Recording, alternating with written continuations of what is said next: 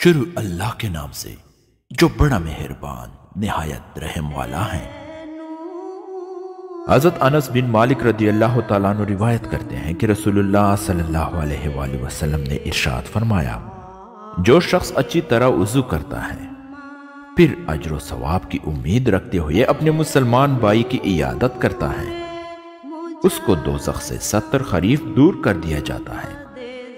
حضرت صوبان بنائی رحمت اللہ علیہ فرماتے ہیں کہ میں نے حضرت انس رضی اللہ تعالیٰ عنہ سے پوچھا، ابو حمزہ خریف کسے کہتے ہیں؟ فرمایا سال کو کہتے ہیں، یعنی 70 سال کی مسافیت کے بقدر دوزخ سے دور کر دیا جاتا ہے۔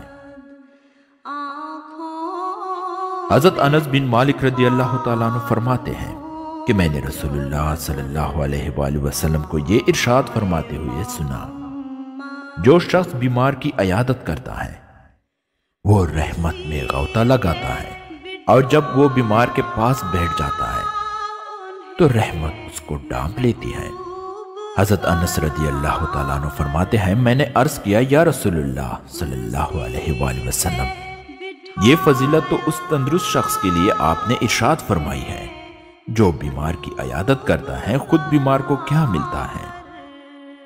رسول اللہ صلی اللہ علیہ وآلہ وسلم نے ارشاد فرمایا، اس کے گناہ معاف ہو جاتے ہیں۔